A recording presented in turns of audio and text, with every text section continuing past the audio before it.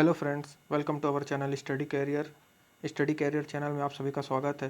जैसा कि फ्रेंड्स आप लोगों ने देखा, हमारी जियोग्राफी की सीरीज चल रही है, जिसमें हम लोगों ने पिछली क्लास में हिमालय के बारे में और नॉर्थ ईस्ट की पहाड़ियों के बारे में कुछ पढ़ लिया था। उसी को हम आगे बढ़ाते हुए आज हम लोग प्रायद्वीपीय भारत की पहाड़ियों पर्वतों के बारे में पढ़ेंगे। तो आइए शुरू करते हैं प्रायद्वीपीय भारत को पढ़ना। तो देखिए, आज बात करते हैं अपन प्रायद्वीपीय भारत की। तो प्रायद्वीपीय भारत जैसा कि फ्रेंड्स आप लोग जानते हैं कि ये गोंडवाना लैंड का ही पार्ट है। प्रायद्वीपीय भारत गोंडवाना लैंड का ही पार्ट है, जो कि त्रिभुज आकार में है। भारत का आप नीचे वाला हिस्सा देखेंगे, साउथ साइड देखेंगे तो भारत का ऐसा है, ये त्रिभुज आकार में है। लगभग इसका क्षेत्रफल जो है लगभग 16 लाख किलोमीटर स्क्वायर में फैला हुआ है। कितने में फ्रेंड्स? 16 लाख वर्ग किलोमीटर में फैला हुआ है। जो प्रायद्वीपीय भारत की औसत ऊंचाई है वो 300 से 900 मीटर तक है। और इसका जो निर्माण है ये हिमालय से पहले ही हुआ था। मैंने आपको बताया था फ्रेंड्स कल कि कैसे भारत मूव कर रहा था, और जब यूरेशियन प्लेट से आके टकराई है इंडियो प्लेट, तब जाके हिमालय का निर्माण हुआ था। तो ये इंडियन प्लेट का ही भाग है, पहले से ही भाग रहा है। ये पेनिनसुलर इंडिया, प्रायद्वीपीय भारत इंडियन प्लेट का ही भाग है। इस कारण से ये हिमालय से पुराना है। तो चलिए आज बात करते हैं अपन यहाँ के कुछ पर्वतों के बारे में। तो आज अपन सबसे पहले बात करते हैं अरावली पर्वत की। देखिए, अरावली पर्वत को ऐसा कहा जाता है कि ये भारत की सबसे प्राचीनतम पर्वत श्रेणी है। भारत की सबसे प्राचीनतम पर्वत श्रेणी है, जो गुजरात के पालनपुर से स्टार्ट होती है और राजस्थान हरियाणा होते हुए दिल्ली तक, लगभग दिल्ली तक फैली हुई है। इसकी लंबाई 800 किलोमीटर लंबाई में फैली हुई है। जो अरावली पर्वत श्रेणी है वो प्री कैम्ब्रियन युगीन है। कैसी है फ्रेंड्स? Pre Cambrian. मैंने आपको पढ़ाया था कैम्ब्रियन, उसके पहले भी प्री कैम्ब्रियन युगीन है। और इसमें मैंने आपको बताया भी था क्वार्टजाइट, नीस तथा सिस्ट सैलो से बनी हुई है। ये क्वार्टजाइट, नीस तथा सिस्ट से बनी हुई है। ये अरावली पर्वत की जो सबसे ऊंची चोटी है उसका नाम है फ्रेंड्स गुरु शिखर, जो 1722 मीटर ऊंची है। यही माउंट आबू भी है। अरावली पर्वत जो प्राचीनतम मोड़दार पर्वत है, परंतु अब ये अवशिष्ट पर्वत बन गया है। पहले ऐसा कहा जाता था फ्रेंड्स कि अरावली जो है वो हिमालय से भी ऊंची थी, पर अब उसका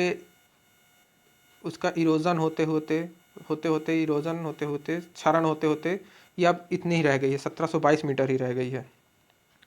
अरावली पर्वत, जैसे ये अरावली पर्वत है फ्रेंड्स, तो इसके पश्चिम की ओर माही और लूनी नदी बहती है और पूर्व की ओर बनास नदी निकलती है।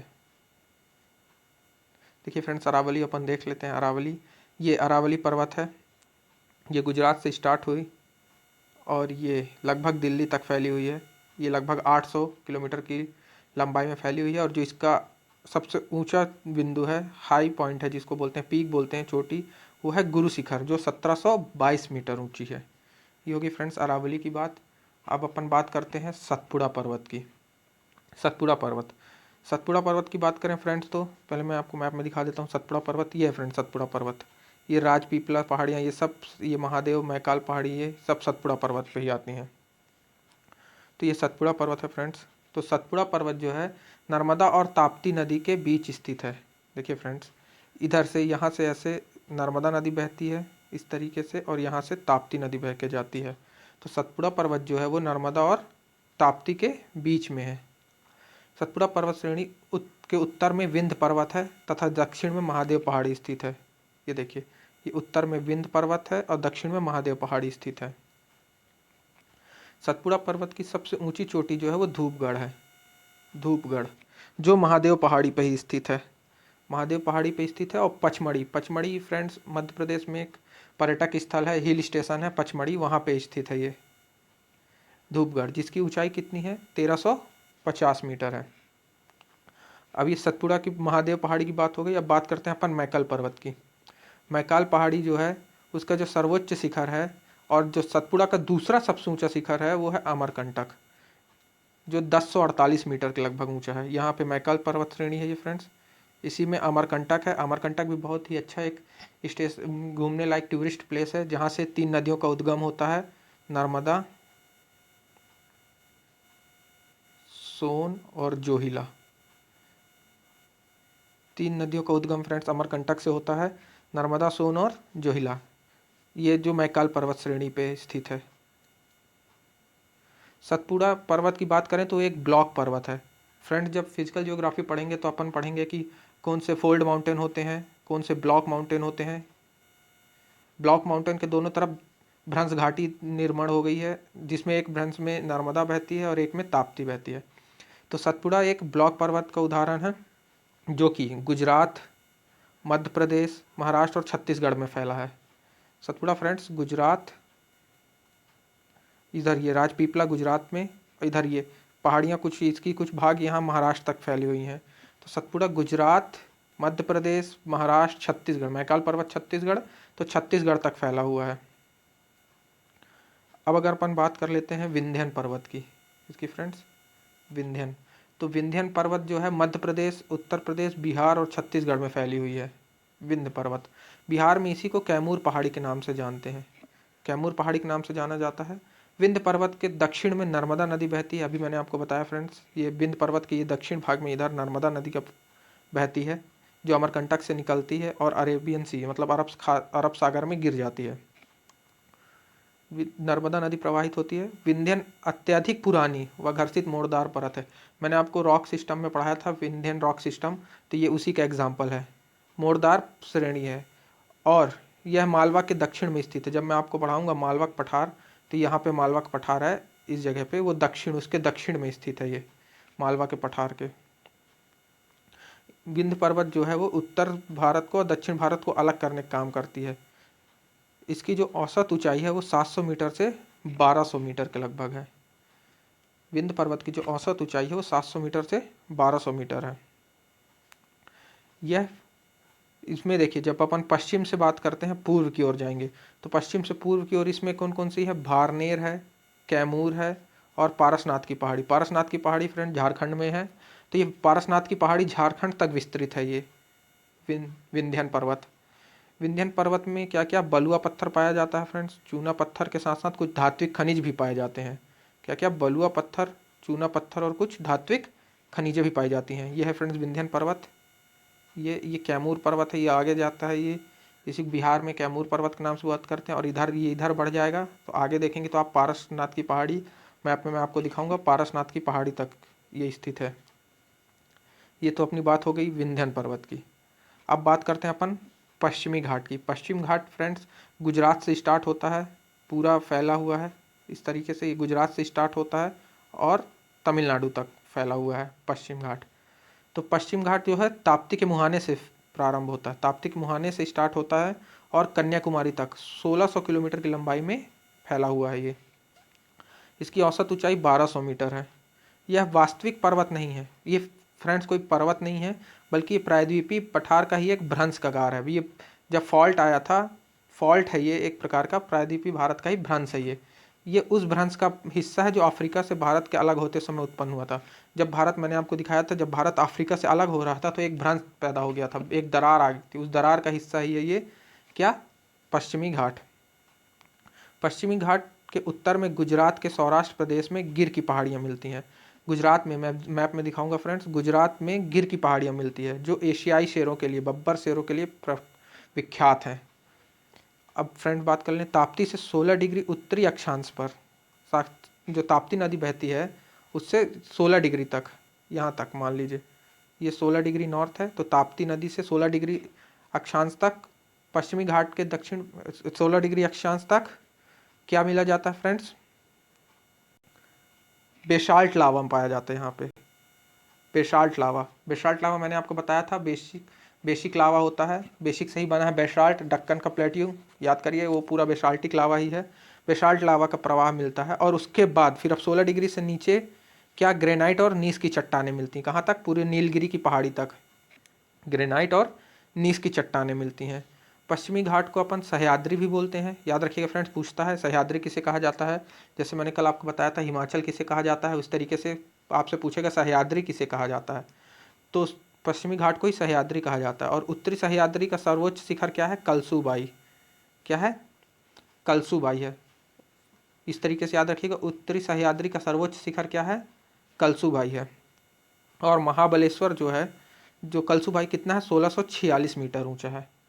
उसके बाद अपन बात कर लेते हैं महाबलेश्वर की। महाबलेश्वर जो 1438 मीटर ऊंचा है, उत्तरी सह्याद्री की दूसरी प्रमुख चोटी है। यहाँ से महाबलेश्वर से ही फ्रेंड्स कृष्णा नदी निकलती है। कौन सी नदी निकलती है? कृष्णा नदी। और जो कलसुबाई है ये हरिश्चंद्र श्रेणी में है, हरिश्चंद्र श्रेणी में पड़ती है ये कलसुबाई जो है वो हरिश्चंद्र श्रेणी में है। अब दक्षिणी सह्याद्री की बात करें, दक्षिणी सह्याद्री की जो सर्वोच्च चोटी है वो है कुद्रेमुख। कुद्रेमुख है जो 1892 मीटर है। और दक्षिणी सह्याद्री की जो दूसरी सबसे ऊंची चोटी है वो है पुष्पगिरी जो 1741 मीटर है, सॉरी 1714 मीटर है। अब बात कर लें इसमें कुछ दर्रे हैं, दर्रे मैं आपको अलग से बताऊंगा। इसमें थाल घाट, भोर घाट, पाल घाट, ये पश्चिमी घाट के कुछ प्रमुख दर्रे हैं। जैसे थाल घाट की ऊंचाई कितनी है? 581 मीटर, भोर घाट की 229 मीटर और पाल घाट की 300 मीटर ऊंचाई है। ये प्रमुख दर्रे हैं। दर्रे क्या होते हैं फ्रेंड्स? दर्रे ऐसी जगह होती है जहाँ से नदियाँ प्रवाह होके पहाड़ को काट के निकल जाती है, फिर बाद में सूख जाती है, जिस कारण से एक रोड टाइप का निर्माण हो जाता है, उसको ही अपन दर्रे कहते हैं। ये थोड़ा नीचे रहते हैं, पहाड़ी हाइट से थोड़ा नीचे ऊंचाई में रहते हैं। जैसे ये पहाड़ है फ्रेंड्स और ये पहाड़ है, तो इसके बीच में ये जो है ये दर्रा कहला जाता है, दर्रे का निर्माण हो जाता है यहाँ। देखिए अब अगर अपन बात कर लेते हैं पश्चिमी घाट की, पश्चिमी घाट की कुछ ये गुजरात से स्टार्ट होती है फ्रेंड्स, इधर से गुजरात से स्टार्ट होकर पूरी नीचे जाती है। तो पश्चिमी घाट की बात कर लेते हैं। पश्चिमी घाट ये है, इसको मैं फ्रेंड्स आपको बताऊंगा कि कौन कौन सी पहाड़ियाँ हैं। ये मैं आपको पूरे एक पहाड़ी एक बार में पूरे डिटेल में बता दूंगा। आप अगर बात कर लेते हैं नीलगिरी पहाड़ियों की, नीलगिरी पहाड़ियों की बात कर लेते हैं तो नीलगिरी पहाड़ी द्वारा पूर्वी घाट और पश्चिमी घाट का मेल होता है। मान सकते हैं आप इसको कि ये पश्चिमी घाट है और ये पूर्वी घाट है, ये नीलगिरी की पहाड़ियों द्वारा ही मेल होता है या अलग किए जाते हैं, इस तरीके से आप बोल सकते हैं। तो नीलगिरी पहाड़ी का जो सर्वोच्च शिखर है वो है दोदा बेट्टा, दोदा बेट्टा जो कि 2636 मीटर ऊंचा है, जो कि दक्षिण भारत की दूसरी सर्वोच्च चोटी है। पहली सर्वोच्च चोटी नहीं दक्षिण भारत की, दक्षिण भारत की जो सर्वोच्च चोटी है वो अन्नईमुड़ी है, जिसकी ऊंचाई 2695 मीटर है, 2695। लेकिन ये दोदा बेट्टा है, ये दूसरी है जिसकी ऊंचाई 2636 मीटर है। अब नीलगिरी पहाड़ी पे एक प्रसिद्ध पर्यटक स्थल है जिसको ऊटी या उटक मंडकम बोलते हैं। ऊटी आपने नाम सुना ही होगा फ्रेंड्स, ऊटी नीलगिरी की पहाड़ियों पे ही स्थित है। नीलगिरी के दक्षिण में पाल घाट दर्रा है, मैंने आपको बताया दर्रा मैं आपको बताऊंगा। पाल घाट दर्रा जो तमिलनाडु को केरल से जोड़ता है। अन्नामलई, अन्नामलई पर्वत, अब अन्नामलई पर्वत की बात कर ले, नीलगिरी पर्वत हो गया अन्नामलई। अन्नामलई पर्वत का जो सर्वोच्च शिखर है मैंने आपको बताया अन्नईमुड़ी है, अन्नईमुड़ी है जो 2695 मीटर है, जो दक्षिण भारत एवं पूर्ण पश्चिम घाट की सबसे ऊंची चोटी है। अगर पूरी बात कर लें इधर तो पश्चिम घाट की सबसे ऊंची चोटी है कौन सी? अन्नईमुड़ी। कितनी है? 2695 मीटर, जो कि कहाँ है, किस पर्वत श्रेणी में आती है? अन्नामलई पर्वत में आती है। अन्नामुड़ी के निकट ही पालनी और इलायची की पहाड़ियाँ हैं, अन्नामुड़ी के निकट ही पालनी और इलायची की पहाड़ियाँ हैं। और एक गैप और बात करें, एक और दर्रे की बात करें जिसका नाम है सेनकोट्टा दर्रा। सेनकोट्टा दर्रा किस में है? कार्डमम की पहाड़ियों में स्थित है। आपसे पूछ सकता है फ्रेंड्स कि सेनकोट्टा दर्रा किस पहाड़ी में स्थित है, तो आप बताएंगे सेनकोट्टा दर्रा कार्डमम की पहाड़ियों पर स्थित है। अब और भी बात कर लें अपन तो कोड़ाई कनाल की बात कर लें। कोड़ाई कनाल जो तमिलनाडु में स्थित है, पूछ सकता है कोड़ाई कनाल कहाँ स्थित है? तमिलनाडु में स्थित है। एक पर्यटक स्थल है जो पालनी की पहाड़ी के दक्षिण किनारे पर स्थित है। यह है फ्रेंड्स पालनी की पहाड़ी है, इसके दक्षिण में स्थित है क्या? कोड़ाई कनाल। ये क्वेश्चन आया है क्वेश्चन कि कोड़ाई कनाल कहाँ स्थित है, तो आप बताएंगे कोड़ाई कनाल तमिलनाडु में स्थित है। अब अगर अपन बात कर लें पूर्वी घाट की, किसकी बात कर लें? पूर्वी घाट। तो फ्रेंड्स पूर्वी घाट की बात कर लें तो पूर्वी घाट जो है वो महानदी के दक्षिण से नीलगिरी की पहाड़ियों तक कितना फ्रेंड्स 1300 किलोमीटर तक में फैला है। कितने किलोमीटर में? 1300 किलोमीटर तक में फैला हुआ है पूर्वी घाट। और पश्चिमी घाट लगभग 1600 किलोमीटर में फैला था। पूर्वी घाट की सब, और एक फ्रेंड्स एक बात, हाँ जो पश्चिमी घाट है वो कंटिन्यू है, लेकिन जो पूर्वी घाट है वो टूटा टूटा है। क्यों? क्योंकि पश्चिमी घाट से बहुत सारी नदियाँ बह के आई हैं जो कि पूर्वी घाट को काटते हुए गई हैं, इसलिए पूर्वी घाट टूटे टूटे भाग में, बीच बीच में खाली है, गैप है। पूर्वी घाट की जो सबसे उत्तरी भाग में उत्तरी पहाड़ी जिसको अपन उत्तरी सरकार बोलते हैं, और मध्य में कुड़प्पा पहाड़ी है, और दक्षिण में तमिलनाडु पहाड़ी है। इस तरीके से इसको जाना जाता है। जैसे पूर्व में इसको जाना जाता है उत्तरी सरकार के नाम से, मध्य में इसको कुड़प्पा पहाड़ी के नाम से जाना जाता है, और तमिलनाडु में दक्षिण में तमिलनाडु पहाड़ी के नाम से जाना जाता है। पूर्वी घाट में स्थित दक्षिण से उत्तर की ओर, जब अपन दक्षिण से जाएंगे उत्तर की ओर तो नीलगिरी पहाड़ी, मैंने आपको बताया था नीलगिरी पश्चिम और पूर्वी पहाड़ी को पश्चिमी घाट और पूर्वी घाट को जोड़ता है। पालकोंडा, नल्लामलई, जावादी, शेवराय स्थित है। देखिए फ्रेंड्स ये है जावादी, शेवराय, इधर तमिलनाडु इधर आंध्र प्रदेश में जाएंगे तो नल्ला मल्ला है, पालकोंडा है, ये सब पहाड़ियाँ स्थित हैं। पूर्वी घाट की जो सर्वोच्च चोटी है वो है महेंद्रगिरी 1501 मीटर के लगभग, 1501 मीटर लगभग 1501 मीटर। पूर्वी घाट की दक्षिण पहाड़ी का भाग पालकोंडा श्रेणी कहलाता है। पालकोंडा श्रेणी की बात कर लें तो पालकोंडा श्रेणी भी कहलाता है। पूर्वी घाट में मेलगिरी श्रेणी, जो मेलगिरी श्रेणी है वो कावेरी और पेन्नार नदियों को अलग करती, मतलब उन दोनों के बीच में है। जैसे ये कावेरी नदी हो गई, ये पेन्नार नदी हो गई, तो इसके बीच में है मेलगिरी श्रेणी। ये देखिए, ये है वैलीकोंडा, नल्ला मल्लई, ये पालकोंडा। इसको मैं पूरा डिटेल में बताता हूँ। देखिए फ्रेंड्स, अब अपन बात कर लेते हैं पूरे एक साथ, एक पूरे मैप पे बात कर लेते हैं। पूरे इंडिया के जो पेनिनसुलर माउंटेन है, मतलब प्रायद्वीपीय पर्वत है, उसको अपन देख लेते हैं। देखिए फ्रेंड्स, सॉरी फ्रेंड्स, देखिए अपन अब पार्ट को सबसे पहले इस पार्ट को जूम करके देखते हैं। ये अरावली है,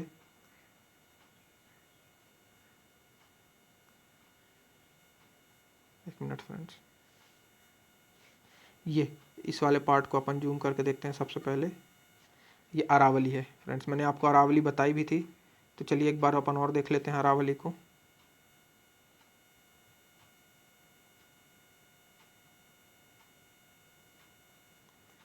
ये है फ्रेंड्स, मैंने आपको बताया था अरावली ये पूरी गुजरात से लेके दिल्ली तक लगभग फैली हुई है, 800 किलोमीटर में फैली हुई है, और जिसकी सर्वोच्च चोटी क्या है?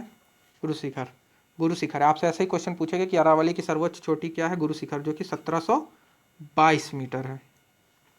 अब अगर अपन बात कर लें दूसरे की, गुजरात में आ जाते हैं अपन।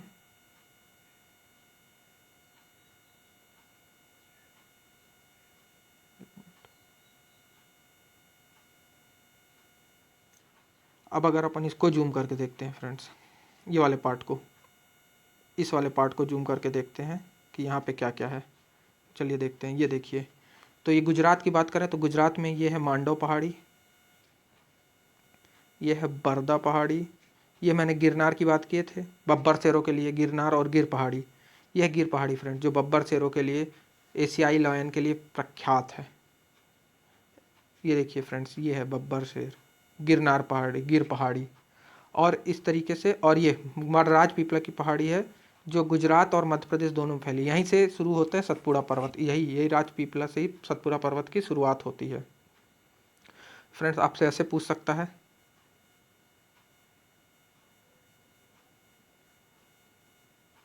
देखिए इस तरीके से लगाने को आ सकता है, मांडव, गिरनार, गिर, उत्तर से दक्षिण लगाने के लिए आ सकता है, या फिर पूर्व से पश्चिम लगाने के आ सकता है, या पश्चिम से पूर्व लगाने के आ सकता है। तो जैसे पश्चिम सबसे पहले क्या है? बरदा, फिर है गिरनार, फिर मांडव, और फिर राजपीपला।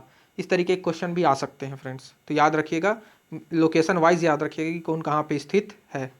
अब अगर अपन बात कर लेते हैं इसकी, अब अगर बात कर लेते हैं अपन इसको जूम करके देखते हैं फ्रेंड्स, ये महाराष्ट्र वाले पार्ट को जूम करके देखते हैं। इस महाराष्ट्र वाले पार्ट को जूम करके देखते हैं, इस महाराष्ट्र वाले पार्ट को। चलिए आइए इस महाराष्ट्र वाले पार्ट को जूम करके देखते हैं। ये देखिए, ये है जूम पार्ट महाराष्ट्र का। तो महाराष्ट्र में देखिए कौन कौन सी पर्वत श्रेणियाँ पड़ती हैं। तो महाराष्ट्र में है, ये देखिए, ये है ग्वालीगढ़ पर्वत श्रेणी। एक मैप वाइज आप लोकेशन वाइज देखिएगा फ्रेंड्स, इसी तरीके से आप भी बना के याद करिएगा। ग्वालीगढ़, फिर उसके नीचे अजंता, अजंता के नीचे बालाघाटी। अजंता श्रेणी है जो फ्रेंड्स केवल महाराष्ट्र में फैली हुई है, अजंता श्रेणी। ऐसा क्वेश्चन आया है कि ऐसी कौन सी श्रेणी है जो केवल एक राज्य में है, तो ये अजंता श्रेणी है। फिर इधर देखिए सतमाला पर्वत श्रेणी है। सतमाला के बाद ये हरिश्चंद्र पर्वत श्रेणी है, जिसको मैंने आपको बताया था कलसूबाई जो है उसका, हरिश्चंद्र श्रेणी का कलसूबाई सर्वोच्च शिखर है, जो कि 1646 मीटर है। और ये महाबलेश्वर पर्वत है, महाबलेश्वर पर्वत है जहाँ से कृष्णा नदी निकलती है फ्रेंड्स। और यहाँ पे एक त्र्यंबकेश्वर पर्वत भी है, जहाँ से गोदावरी नदी निकलती है। त्र्यंबकेश्वर पर्वत से गोदावरी नदी निकलती है, इस जगह पे यहाँ पास है त्र्यंबकेश्वर पर्वत, उससे गोदावरी नदी निकल के जाती है फ्रेंड्स। तो इस तरीके से अगर अपन यहाँ महाराष्ट्र की बात कर लें तो महाराष्ट्र में कौन कौन से पर्वत हो गए? ये पहला ग्वालीगढ़, फिर उसके बाद अजंता, बालाघाट पर्वत श्रेणी, ग्वालीगढ़ पर्वत श्रेणी, अजंता पर्वत श्रेणी, बालाघाट पर्वत श्रेणी, सतमाला पर्वत और हरिश्चंद्र पर्वत श्रेणी, जिसकी सर्वोच्च चोटी क्या है, कलसुबाई, कितनी है, 1646 मीटर। उसके बाद महाबलेश्वर पर्वत श्रेणी। इस तरीके से आपने देखा फ्रेंड्स, ये है महाराष्ट्र के पर्वत। अब अगर अपन बात कर लेते हैं इस पार्ट की,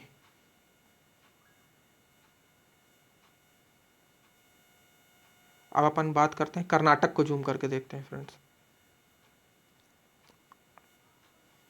अब अपन जूम करके देखते हैं इस वाले पार्ट को, कर्नाटक को, कि कर्नाटक में कौन कौन से पर्वत हैं। ये देखिए फ्रेंड्स, कर्नाटक में है, एक है बाबू बुदान की पहाड़ियाँ, वहीं पास है मलयगिरी, मलयगिरी पर्वत भी यहीं पास है बाबू बुदान की पहाड़ियों पे। एक है कुद्रेमुख और कुद्रेमुख पर्वत, और एक है ब्रह्मगिरी पर्वत। ब्रह्मगिरी पर्वत से ही कावेरी नदी निकलती है। कौन सी नदी निकलती है फ्रेंड्स, कावेरी। कावेरी नदी ब्रह्मगिरी पर्वत से ही निकलती है फ्रेंड्स, याद रखिएगा। तो कर्नाटक में हम लोगों ने क्या क्या देख लिया, बाबा बुदन की पहाड़ी, फिर मलयगिरी पर्वत श्रेणी, मलयगिरी, कुद्रेमुख पर्वत और ब्रह्मगिरी पर्वत। अब अगर अपन बात कर लेते हैं फ्रेंड्स नीचे की, साउथ में आ जाएंगे। अब अपन तमिलनाडु और केरल को एक साथ देखेंगे। ये वाले पार्ट को पूरा देखते हैं अपन, ये वाले पार्ट को पूरा जूम करके देखते हैं, इस वाले पार्ट को, तमिलनाडु और केरल को। तो आइए देखते हैं। ये देखिए, ये जो नीलगिरी की पहाड़ी की बात करें अपन, नीलगिरी की जो पहाड़ी है 3 राज्यों में फैली है। कौन कौन से, नीलगिरी की पहाड़ी 3 राज्यों में कौन कौन से में, एक कर्नाटक, दूसरा केरल, तीसरा तमिलनाडु। 3 राज्यों में फैली है नीलगिरी की पहाड़ी। कितने राज्यों में, 3। कौन कौन सा, कर्नाटक, कर्नाटक, दूसरा केरल और तीसरा तमिलनाडु। तमिलनाडु 3 राज्यों में फैली है ये। कौन सी, नीलगिरी, जिसका सर्वोच्च शिखर क्या है,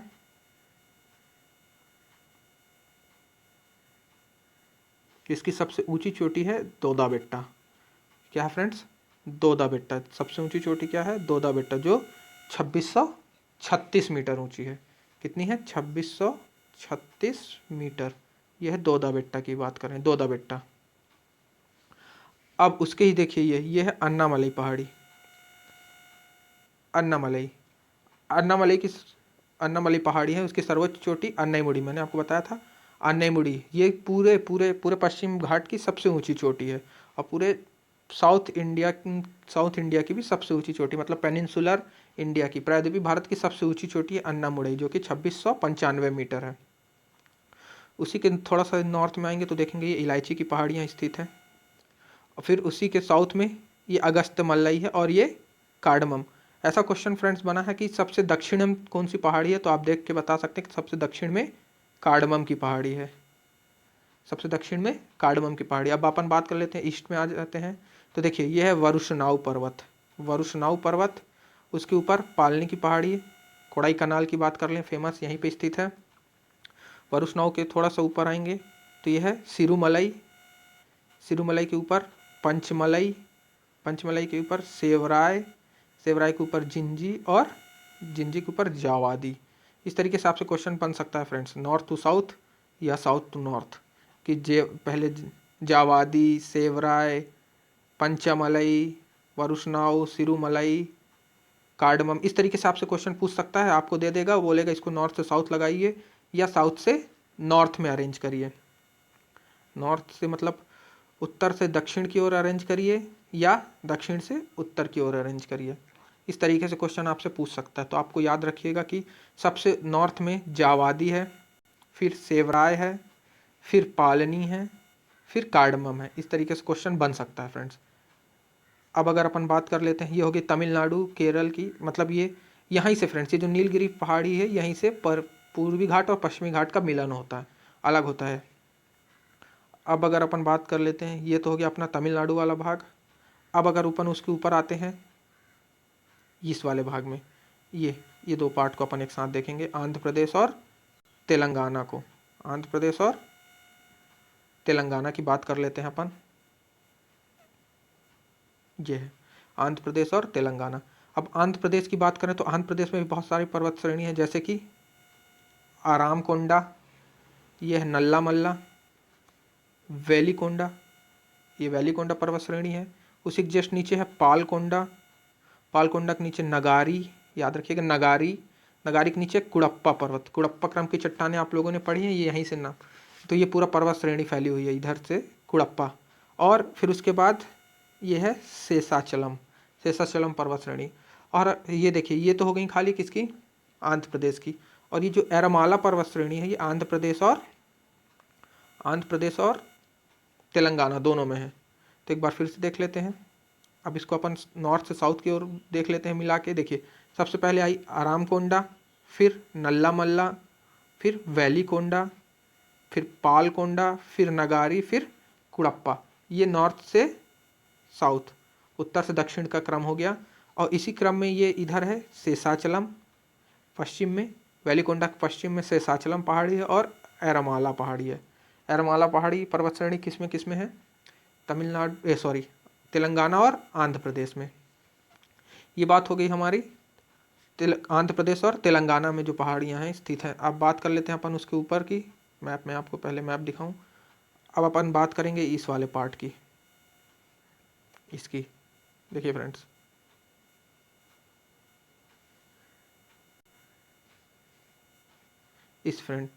ये उड़ीसा से स्टार्ट करेंगे, उड़ीसा, इधर ये छत्तीसगढ़, ये इतने पार्ट की अब बात करते हैं। उड़ीसा से छत्तीसगढ़, ये झारखंड और बिहार की बात कर लेते हैं। अब अपन इनकी पहाड़ियों को देख लेते हैं। ये है फ्रेंड, देखिए उड़ीसा में सबसे नीचे है महेंद्रगिरी, जैसे मैंने आपको बताया था 1501 मीटर ऊंचाई है उसकी। महेंद्रगिरी के ऊपर है मलयगिरी, यह है मलयगिरी 1187 मीटर। मलयगिरी के ऊपर है गड़जात पहाड़ियाँ। और इधर है देवड़ी मुंडा जिसकी ऊंचाई 1598 मीटर है। ठीक है फ्रेंड्स। अब ये तो हो गई किसकी, ये उड़ीसा की थी। किसकी थी, उड़ीसा की। अब अगर बात कर लेते हैं तो छत्तीसगढ़ की बात कर लेते हैं। किसकी बात कर लेते हैं, छत्तीसगढ़। तो छत्तीसगढ़ में देखिए, ये बैलाडीला की खान है, अपने लोहे अयस्क के लिए फेमस है बैलाडीला। और ये पहाड़ियाँ हैं, बैलाडीला की पहाड़ियाँ, यहाँ पे बैलाडीला की खान भी है जो लोहे अयस्क के लिए प्रसिद्ध है। इसके ऊपर देखेंगे तो ये मैकाल श्रेणी है। मैकाल श्रेणी मैंने आपको सतपुड़ा के साथ बताया था, सतपुड़ा का भाग ही है। इसका जो सर्वोच्च शिखर है अमरकंटक है, जो कि 1048 मीटर ऊंचा है। यहीं से मैंने आपको बताया था 3 नदी निकलती है, नर्मदा, सोन और जोहिला। 3 नदी का उद्गम होता है यहाँ से, नर्मदा, सोन और जोहिला नदी का उद्गम होता है। और यहाँ पास ये सरगुजा डिस्ट्रिक्ट के आसपास ये रामगढ़ की पहाड़ी है, रामगढ़ की पहाड़ी। ये तो हो गई छत्तीसगढ़ की बात। अब बात कर लेते हैं अपन झारखंड की। तो झारखंड में आपको याद रखना पारसनाथ की पहाड़ी। कौन सी पहाड़ी, पारसनाथ की पहाड़ी। और ये राजमहल की पहाड़ी झारखंड और बिहार दोनों में स्थित है। ये हो गई फ्रेंड्स कौन सी, उड़ीसा में कौन कौन सी है, महेंद्रगिरी, उसके ऊपर मलयगिरी, उसके ऊपर गड़जात की पहाड़ी। इधर ईस्ट वेस्ट तरफ आएंगे तो देवड़ी मुंडा, ये हो गई उड़ीसा की। छत्तीसगढ़ में वेलाडीला की पहाड़ी, उसके ऊपर मैकाल पर्वत श्रेणी और ऊपर रामगढ़ की पहाड़ी। झारखंड में आएंगे तो झारखंड में पारसनाथ की पहाड़ी और राजमहल की पहाड़ी। ये फ्रेंड्स, ये बात हो गई किसकी, उड़ीसा की, छत्तीसगढ़ की, झारखंड की और बिहार की। अब अगर अपन बात कर लेते हैं, अब मध्य प्रदेश में आ जाते हैं। अब अपना ये बीच में मध्य प्रदेश बस रह गया। तो देखिए फ्रेंड्स, अब अपन बात कर लेते हैं इस मध्य प्रदेश की। मध्य प्रदेश में कौन कौन सी पहाड़ियाँ हैं उनकी बात कर लेते हैं।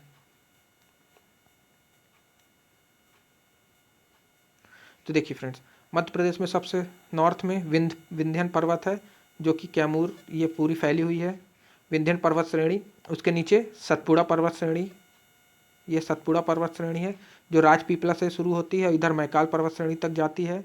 और सतपुड़ा पर्वत श्रेणी का ही एक भाग है महादेव की पहाड़ी, जिसकी सबसे ऊंची चोटी है धूपगढ़। कहाँ पे स्थित है, पचमढ़ी में स्थित है। तो अपन सतपुड़ा की बात करें, सतपुड़ा कहाँ से स्टार्ट होती है, राजपीपला की पहाड़ी से स्टार्ट होती है और इधर मैकाल तक जाती है। ये सब सतपुड़ा का ही भाग है और ये महादेव की पहाड़ी भी सतपुड़ा का ही भाग है।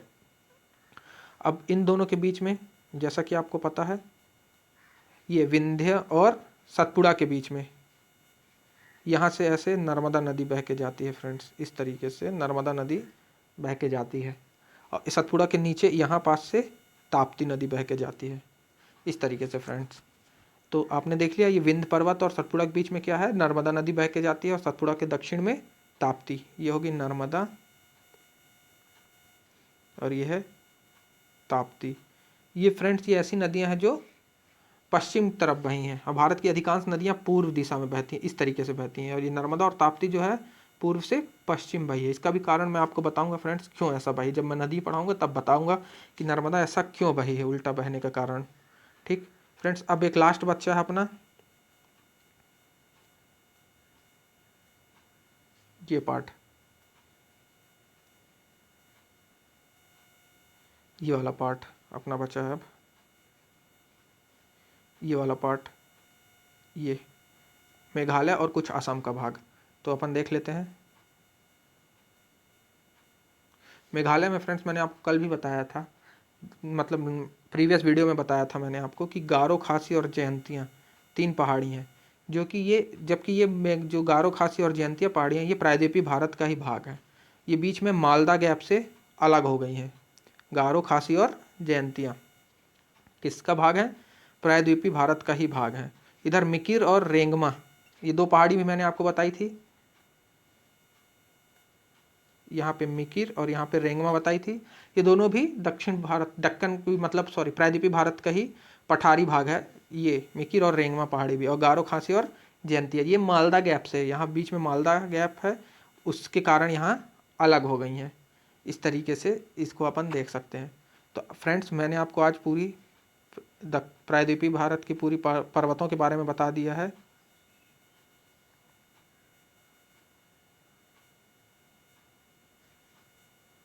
मैंने आपको पूरे ये देखिए फ्रेंड्स, इस तरीके से आप इसमें देखिए, मैंने आज आपको पूरे प्रायद्वीपीय भारत की पहाड़ियों के बारे में बता दिया है। इसमें आपको नहीं समझ में आ रहा होगा, लेकिन जो आपको PDF मिलेगी उसमें क्लियर आपको दिखेगा ये पूरा। बट मैंने इसके पार्ट बाय पार्ट बना के आपको अलग से भी दिखाए हैं, तो ये आप देख सकते हैं। इस तरीके से आज हमारी पूरी प्रायद्वीपीय भारत की पर्वत और पहाड़ियाँ ख़त्म होती हैं। अब जो अपना अगला लेक्चर होगा वो में भी हो सकता है प्रायद्वीपीय पठारों के में लेके आऊँ, मैं प्रायद्वीपीय पठार पे लेके आऊँगा। तो इस तरीके से आज हमारी प्रायद्वीपीय भारत की पहाड़ियाँ ख़त्म होती हैं। कल हमने प्रीवियस वीडियो में हमने हिमालय की पहाड़ी, हिमालय पर्वत श्रेणी और नॉर्थ ईस्ट की पहाड़ियों को देख लिया था, और आज हमने देख लिया किसको, आज हमने देख लिया प्रायद्वीपीय पहाड़ियों को।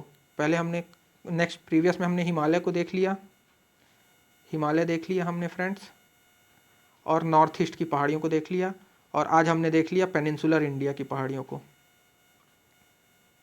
तो इस तरीके से हमारे जो पहाड़ी वाला सेक्शन है, पर्वत वाला सेक्शन है, वो ख़त्म होता है।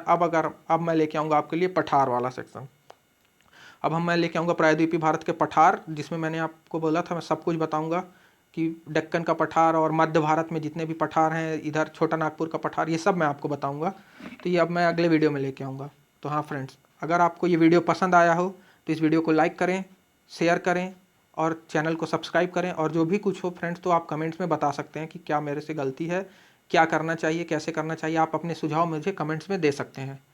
हाँ फ्रेंड्स, और अगर आपको इसकी PDF चाहिए है, इस लेक्चर की PDF चाहिए, तो आप हमारे टेलीग्राम चैनल स्टडी कैरियर